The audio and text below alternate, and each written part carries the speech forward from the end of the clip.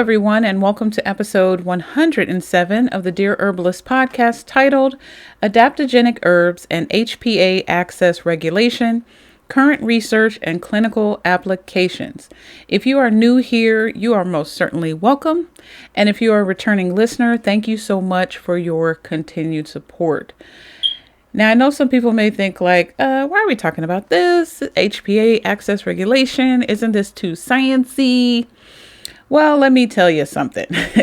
I am attending this week a conference through Herbal Academy, and it is their International Herbalist Conference. And one of the things that one of the guys or one of the herbalists said really stood out to me. And he said, we're at a time where after COVID, I want to say, there was a lot of complex health issues that people began to experience as a result of a variety of reasons, whether you got the poke or this or that, whatever the case may be. People are now starting to deal with a variety of complex health conditions. And so because of that, in working with the medical community, sometimes they're like, we don't know what to do. We don't know what's going on. We don't know how to look at this. And as a result, people are getting frustrated and leaving the medical community in droves. Well, now they're looking at herbalists. Hey, can you help me? I had this issue going on. The doctors can't seem to figure out what's going on. So you have a lot of that going on. A lot of people saying, you know what, I'm turning to a different form of medicine. I require a different level of knowledge to learn and understand what is exactly going on with me or my children. And so because of this influx of people that we now have coming to us as herbalists, it's now more than ever important for us herbalists to truly understand all aspects of what's going on. So what part of what that means is truly understanding everything there is to know about the human body. Now, of course, when it comes to that knowledge, you have to not eat the whole elephant, right? You have to take it bit by bit. But it's really going to be important now for herbalists to really arm themselves with the knowledge, the science knowledge of herbal medicine, as well as the science knowledge of the human body and how those two interact and work together. Because it's not uncommon for herbalists to, be on advisory boards or even have a friend or two, of medical physicians that say, hey, let me ask you about this particular situation. So I'm not going to say that there could be a merger that would happen between the allopathic medicine way and the herbal medicine. But what I am saying is that there is a shift in terms of the level of knowledge that herbalists need to have, the amount of knowledge that herbalists need to have. And a lot of that is really having that understanding of the human body and the components of the human body and how those can help you better formulate especially when you are going to come across these more complex health issues outside of just your general issues that you might be used to dealing with. So because I told you guys in the very beginning of this year that my focus, as I zero down, is on herbal formulation. So a lot of that is knowing and understanding about the parts of the human body, but also how to take the medicine, extract the properties from it, and then target it to those specific biochemical pathways or receptors that are involved in the quote unquote healing or balancing processes of the body. So this is the reason why you'll see more topics such as this one like we have today. We'll talk about the current research involved because I think it's important to know that, like I've always said before, herbal medicine is a heavily researched medicine. Now, part of that, I believe, is because they're taking some of the properties of these plants, and using them for pharmaceuticals. But I think the other reason is because so many people, according to the World Health Organization, 80% of the people use herbs for their primary, not alternative source, but their primary health care. So if globally 80% of the people are using herbs for their primary health care, what does that tell you? Right? So somebody has to do some research on it. And trust me, there is tons of research out there. So I'm going to do my best to make sure that I provide the research that goes along with what I'm talking about so that you get a better understanding of, of these processes and how they work. So tonight, we're going to look at adaptogens. We're going to talk about their impact on the HPA axis, what the HPA axis is, and dive into a little bit of the current research out there regarding their effects on this particular part of the body. And then I'm going to end with some, clinical applications as well, because I want to make sure that any information that I give you, you could take that information and hit the ground running, not just have a whole bunch of information stuffed in your head and not really understanding, what you can actually do with it. All right. So let's get into tonight's topic. Now, because I'm an herbalist educator, I always believe that we should start with definitions so that we understand exactly what we're talking about here and be on the same page in terms of that. So the word adaptogen, it comes from the Latin root adaptare, which means to adjust or to fit. Now, when you combine this with the Greek suffix of gen, meaning producing or generating, you'll understand that adaptogens basically enhance the body's ability to adapt to stress as well as to restore balance. So it helps the body to adjust, right, to whatever type of stress that the body may be going through. And so this is very important knowledge. Now, when I always give the etymology of the word, I do that because I think it's one of the ways that when we study words and language that we should have that understanding. What is the word's original meaning? And that's very important. So that way, if you see the word adaptogen, now you understand, okay, adapt, adjust, right? Generate to help balance. You'll remember that because you understand that the word originally meant to adjust or to fit, right? Now, ancient cultures didn't call these herbs adaptogens, so that's important to know, but they recognized their unique ability to help the body resist stress, improve endurance, as well as to restore balance.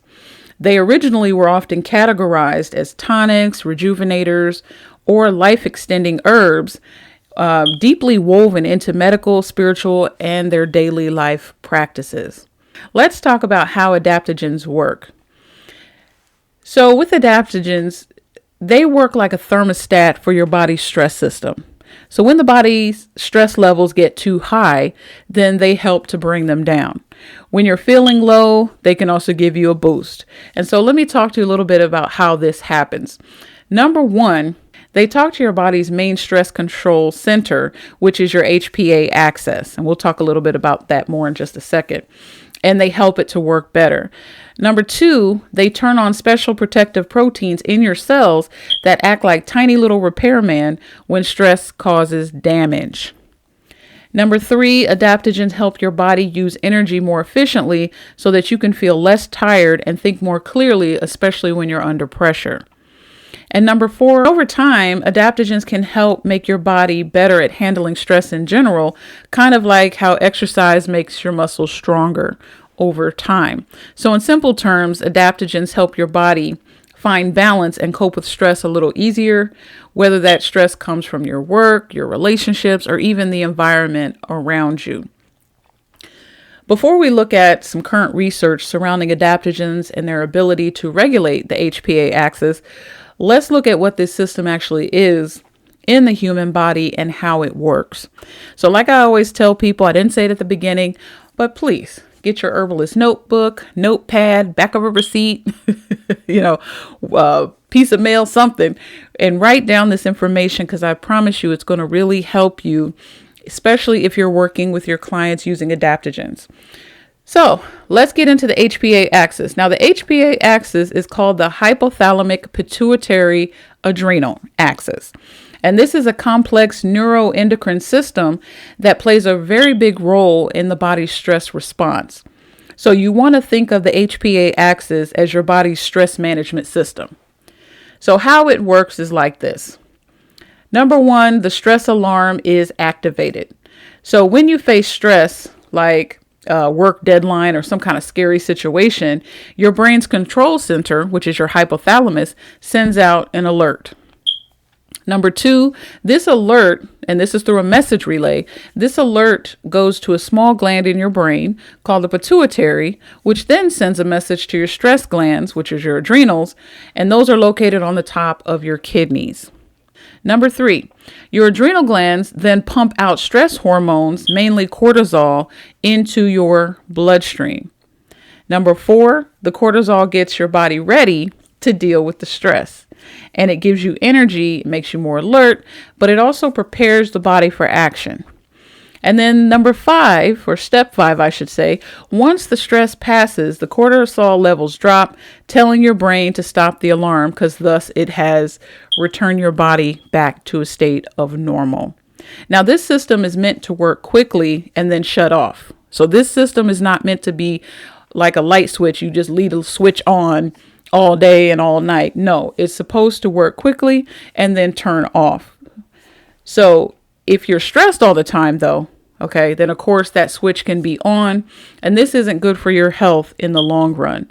So you look at the HPA axis and think of it as your body's own built-in emergency response system, and this will help you cope with life's challenges. So that's a simplified way of understanding the HPA axis. Now, how does all of this work? Let's pull it all together. So, how do adaptogens work on your body's stress management system?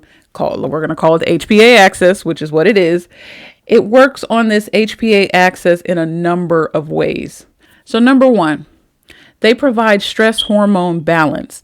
And what this means is that adaptogens act like a smart regulator for cortisol, which is your main stress hormone, like I said before. They also can lower the cortisol when it's too high or raise it when it's too low. So it helps regulate that. Number 2, adaptogens work on your body's stress management system, which is the HPA axis, to protect your cells. So they activate special proteins within your cells called heat shock proteins, especially the HSP70. Now, these proteins are like tiny little repairmen, and they actually go in and fix the damage that is caused by stress. Another way that adaptogens work is through your stress response and fine-tuning that. So adaptogens influence the stress-activated molecules in your cells, such as the JNK1 and the FOXO. Now, this helps your cells handle stress more effectively, like upgrading your body's stress-fighting software, for all you techies out there. And then number 4, they help your cells use energy more efficiently during stressful times. And this reduces fatigue and helps keep your mind a lot sharper. Because remember, anything that we do, any blinking, moving, sneezing, it requires energy, right? And I know sometimes people like to think energy as far as this cosmic way of thinking, but from a scientific basic way, energy is what's necessary in our bodies to keep us functioning and alive. And the bodies, through its various processes, uses energy. So the adaptogens work through the HPA axis to help keep your cells using energy more efficiently, so you're not burning yourself out. Number 5, another thing is mood regulation. So some adaptogens, they boost a brain chemical called the neuropeptide Y, or the NPY, which helps balance out your mood as well as your energy. And then lastly, adaptogens can restore the sensitivity of cortisol receptors in your brain, and this is kind of like recalibrating your body's stress thermostat. By working on all these aspects of your HPA axis at once, adaptogens help your body actually maintain balance when faced with different types of stress. That is the beauty of adaptogens. And it's almost like giving your stress management system, as we've called it, a complete upgrade, making you more resilient as well. So if you have clients that deal with an ongoing heavy amount of stress, then adaptogens definitely need to be a part of your protocol, because one of the things is that they really need help. The body, anyway, needs help adjusting and adapting. And if you're living in this life, especially nowadays, stress is at an all-time high. It's a lot of people out here stressed out, right? Now, there was a study published in the AANALS, the New York Academy of Sciences, and it was titled Understanding Adaptogenic Activity, Specificity of the Pharmacological Action of Adaptogens and Other Phytochemicals. Now, in this study, it explored how adaptogens, which we talked about, natural plant compounds, help the body handle stress and looks at how it helps slowing down aging. So the researchers of this particular study discovered that adaptogens like rhodiola or schizandra strengthen the body's natural defense system by increasing the heat shock proteins, which is HSPs, particularly HSP70. Now, why does HSP70 matters? So with this particular heat shock protein, it's like a cellular repair crew, basically. They protect your brain, your muscles, your liver, and your immune system from damage caused by stress, aging, and disease. As we age, our bodies produce less of this particular protein, making us more vulnerable to memory loss, muscle decline, and liver issues. So if you have clients who are older or seniors and they seem to be like, my memory's gone, then you might want to look at some adaptogens to kind of help them out, especially the ones that focus on the HSP70 heat shock protein. Okay. This is the reason why this information is important, because it gives you a more targeted way to focus your herbal remedies. It helps you to know specifically what actions need to happen, what type of biochemical pathways, proteins, or receptors in the body need to be acted on. This is the reason why this information is important. So, how do adaptogens help, especially when we're talking about these HSP70 proteins?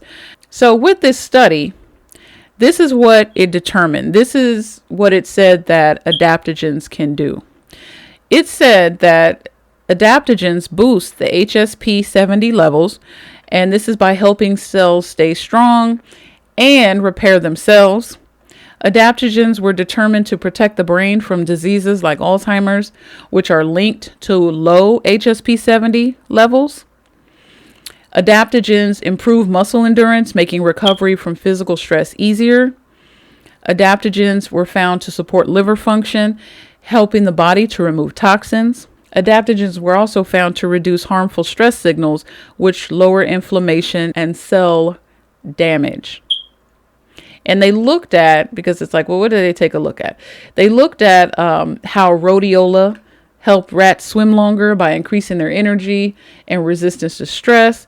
They also saw how schizandra protected the heart and liver cells from damage. They looked at adaptogens, how they helped worms and fruit flies and yeast live longer by activating longevity-related genes. And then they had a 4-month study in aging rats showing that adaptogens improve memory, heart health, stress tolerance, and liver function.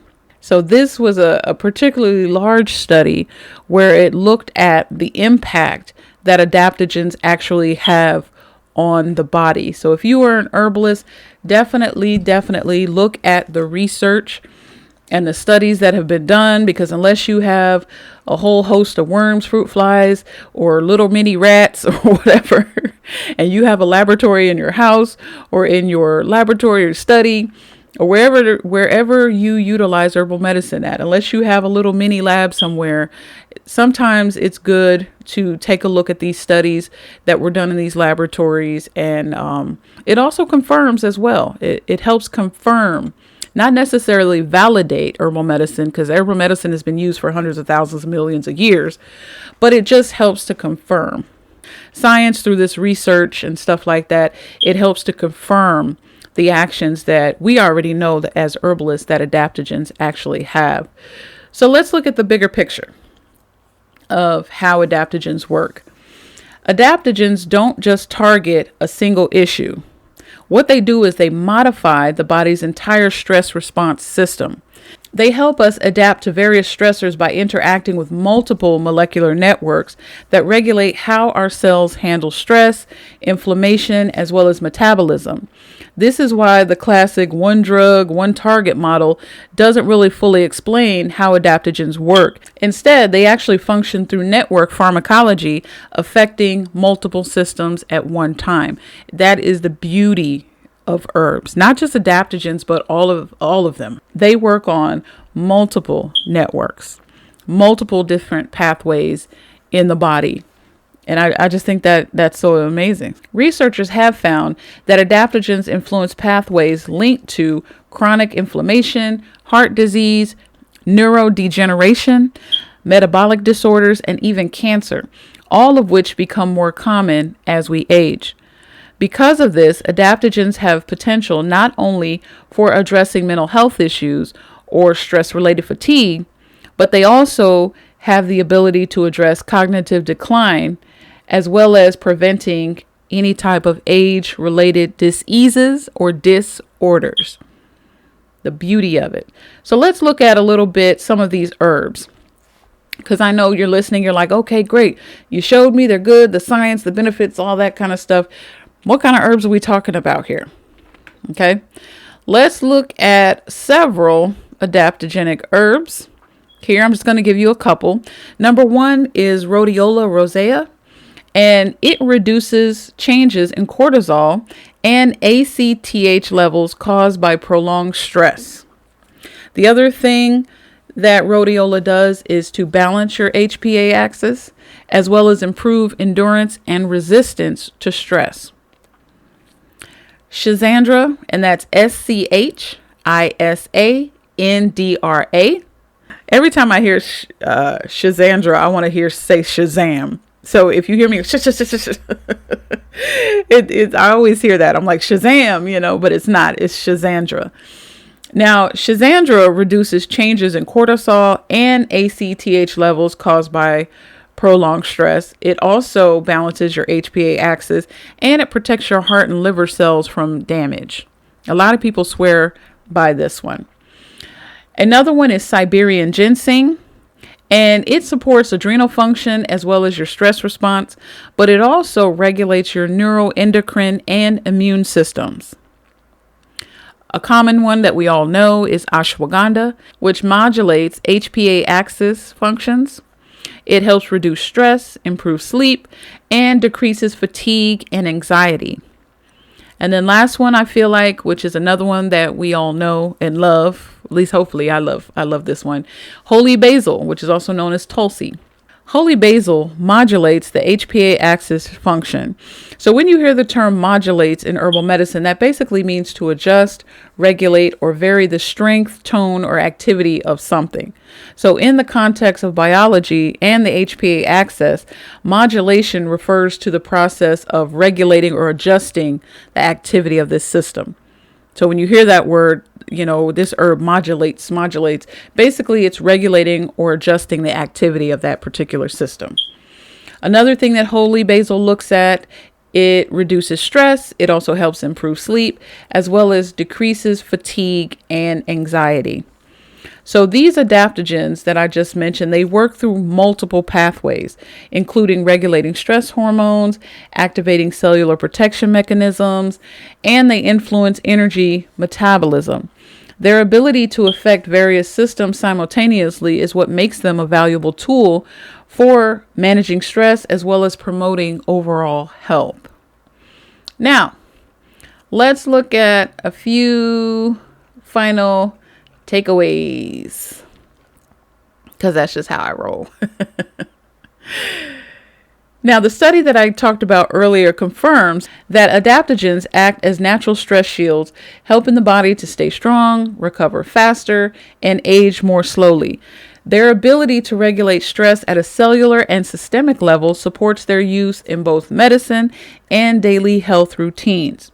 While more research is definitely needed to fully understand how they interact with different stress response pathways, their ability to help prevent and manage age-related diseases or disorders, as I like to call them, makes them a promising tool for long-term health.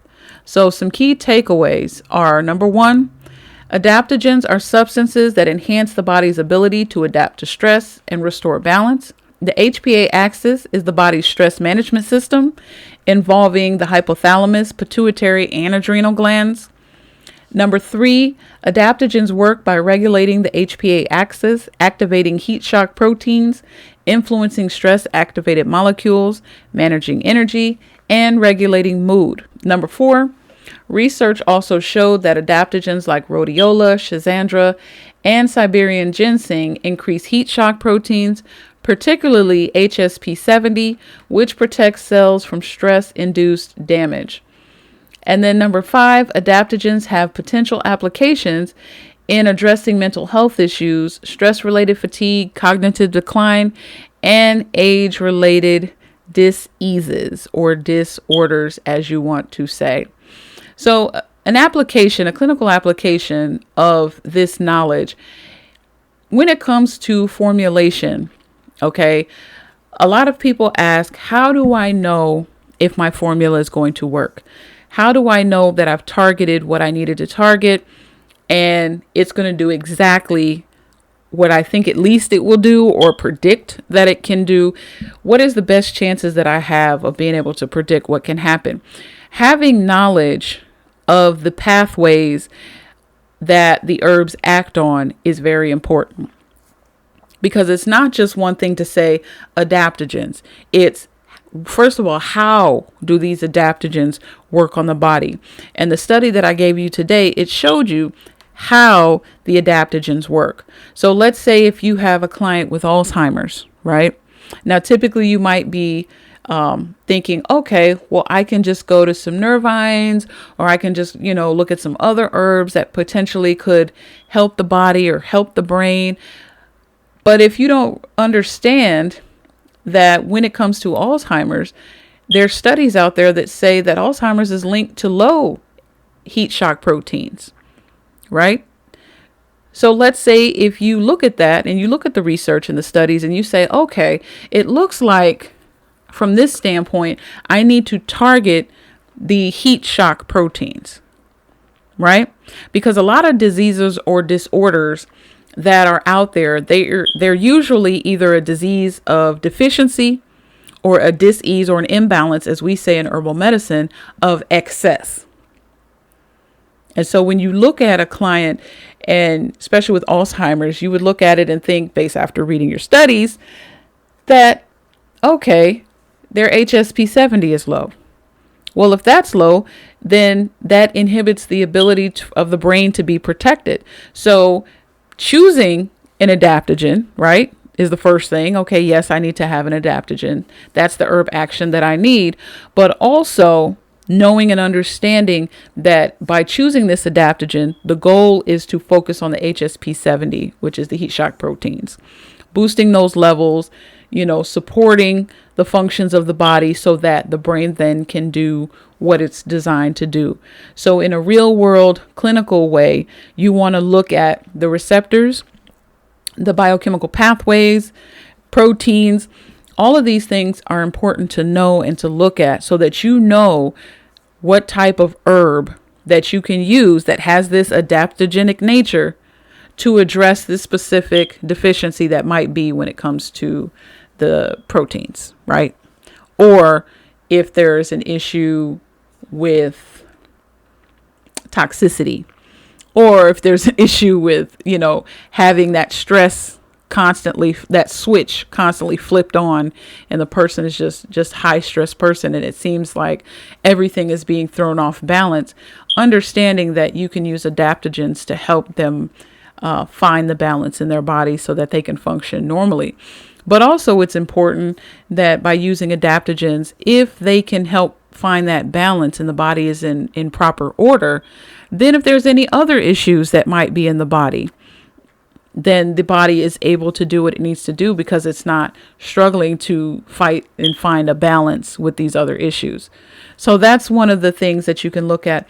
Another thing is looking at network pharmacology and understanding the systems that are actually involved in dis-ease, or they call them the disease mechanisms, looking at those different mechanisms and the systems that are involved and understanding how you can take the herbal actions and the phytochemicals and how you can use those to interact with these different systems at once. Because the plants, as you can see, we talked about or heard, can interact on multiple levels. They can really, really do the work. That's what they were designed to do.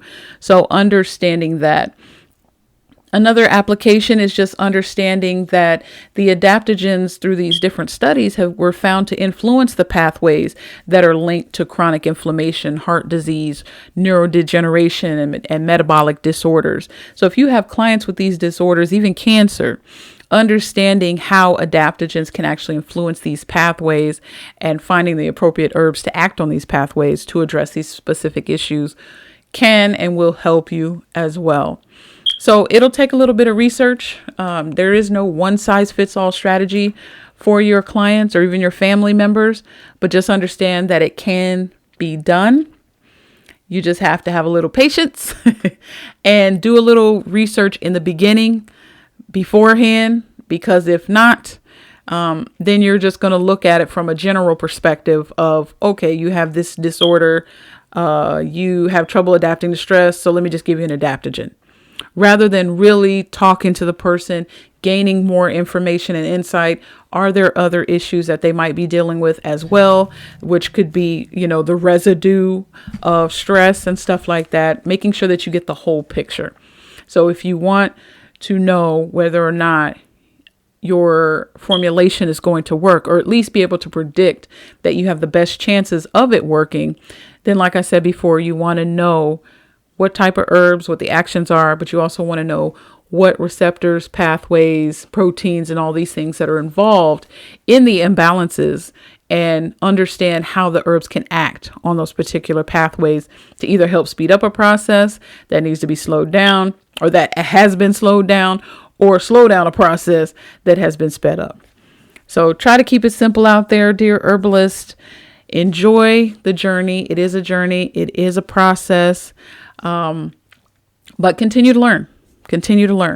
And learning is very important. Like they used to say, reading is fundamental.